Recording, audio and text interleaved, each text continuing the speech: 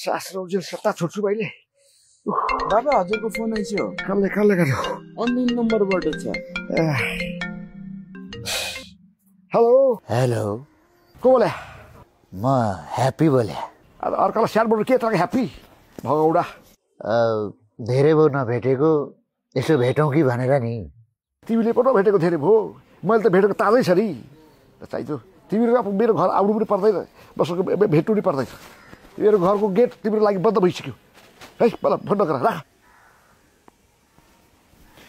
ढोका बन्द भएर के भयो त? वाल त अझै पनि नागिन्छ नि।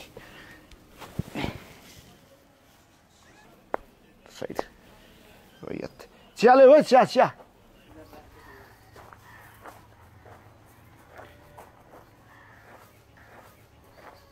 हेलो देउखाजी। अनि कहाँबाट छिर्यो बाछे? कस्तो कहाँबाट छिर्यो नि? यतिको लगा जवान बल भएको मान्छे अझै पनि यस्ता दुई चारवटा वाल त मजाले नागिन्छ। बसु बसु। Thank you. यो के को अबिर जात्रा हुडी फेरि? म त फेरि अध्यक्ष भएँ नि देउखाजी। यार यो घरिघरि अध्यक्ष बन्नुभन्दा बरु मान्छे बन्नुहोस् क्या। यो त कति अध्यक्ष बनिरह, त्योभन्दा त बरु आजीवन अध्यक्ष भनेर तपाईँ घोषणै गर्नुहोस् न। तपाईँको पार्टीमा त ईश्वरको पनि केही लागेन है।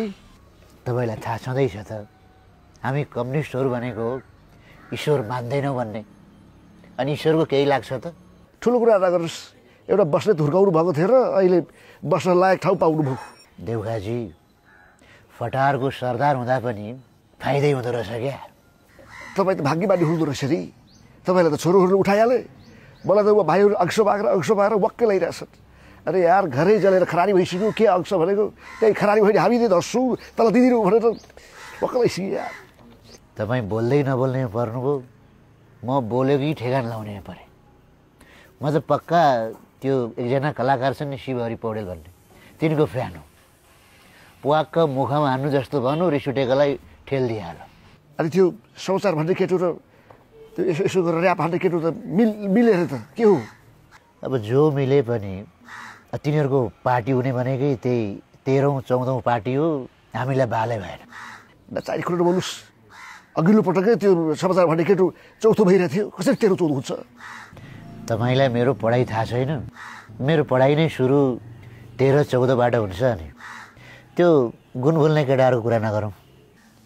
तपाईँ गुण भनिरहनु भएको छ, गुण भनिरहनु भएको छ। तपाईँले गुण चाहिँ के लाउनु भएको थियो तपाईँले गुण चाहिँ? अनि त्यो केटालाई सरकारी चामल दाल नुन खाने व्यवस्था कसले मिलाएको? भित्र पठाउने व्यवस्था मिलाइदिएको थियो। अलिअलि भए पनि भित्र जेल जीवन बिताइसकेपछि प्योर राजनीतिज्ञ हुन्छ भनेर गुण लाएन मैले। यसै बिर्सिन्छ केटाहरू। जोक नगर्नुहोस्। त्यो यसो गरेर ऱ्याप हान्ने केटो पनि हावै रहेछ।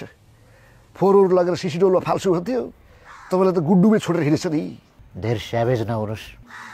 तपाईँलाई उहाँ यो चुनावमा ढकालले प्रचण्डलाई त्यो टिभीमा समाचार भन्ने केटाले ढाल्ने कुरो छ। तपाईँलाई पनि त चस्मा लाउने केटो लडाउँछु भनिरहेछ नि, हामीले सुनेको छैनौँ र?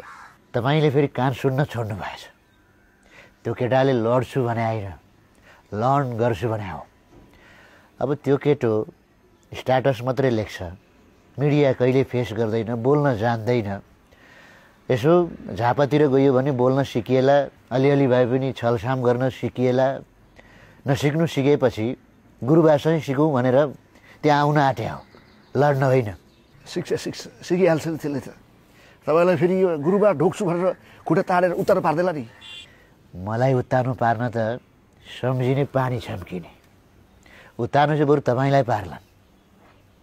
केटाहरू यो पार्टी ऊ पार्टी यताउति भनेर मिलिरहेछन्। बरु हाम्रो यो पुरानै गठबन्धन गरेर चुनावमा पो जाने हो कि? गर्दैन गठबन्धन, तपाईँसँग गर्दैन। तपाईँसँग त यार के गठबन्धन गर्ने हो? अघिल्लो पटकले नै मलाई गाह्रो भइरहेछ। यो पटक त जनताहरू पनि मासु भातमा बित्दैन रे। यो पटक मासु भातमा नबिकेपछि कसरी के भनेर भोट माग्ने हो हामीले? मासु भातमा नहाले पेट्रोलमा हाल्न सक्छ। त्यो भएर यसपालि पेट्रोल दिनुपर्छ। पेट्रोल त हुँदैन नि। अघिल्लो चुनावमा दिएको पेट्रोल अस्ति मेरै घरमा ल्याएर छोडिदिएँ। पेट्रोल त हुँदैन। तपाईँको यो मुखको भरै लाग्दैन यार। त्यो त मान्छे त के भन्ने भगौडा तपाईँ भगौडा हो यार। रिसे मरेको छैन अझ पनि। घरिघरि यो भाउडा भाउडा नभन्नुहोस् न। तपाईँ रिसाएको चाहिँ किन मसँग भन्नुहोस् त। हाम्रो सरकार भएको बेला तपाईँलाई कसैले छोडै सक्दैन, घरै बस्नु भने आयो तपाईँले। अनि कसैले छोयो त तपाईँलाई? हाम्रो सरकारको तर्फबाट गएर तपाईँलाई त्यहाँ कसैले छोयो? म बचाउँछु, हामीसँग आउनुहोस् भनेर कसैले छोयो? हेर्नुहोस् त कस्तो बोलीको पक्का छु म। हो तपाईँ त बोली भए फेरि पक्कै हुनुहुन्छ है, पक्कै हुनुहुन्छ नि बोली भए त। घर घरमा ग्यास पुऱ्याउँछु भन्नुहुन्थ्यो, अस्ति केटाहरू त लाइटर बोकेर आएको थियो नि, दन्दरी बनाए। अब धेरै स्यावेज नभन्नुहोस्, बरु भरे बेलुका मेरो घरमा आउनुहोस्। सानो साथीभाइहरूले फङ्सन राखेका छन्, खाना खाँदै गफ गरौँला। आउनुहोस् कहाँ? त्यही मेरो केटोले बनाउँदैछ नि त्यहाँ कुटी। हे के नाम राख्या यार कुटी पनि, मान्छेलाई तर्साउने खालको नाम राख्नुपर्छ।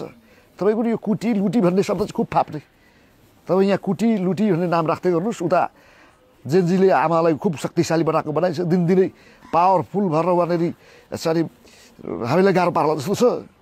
आमाको शक्ति देख्न सक्ने तपाईँले?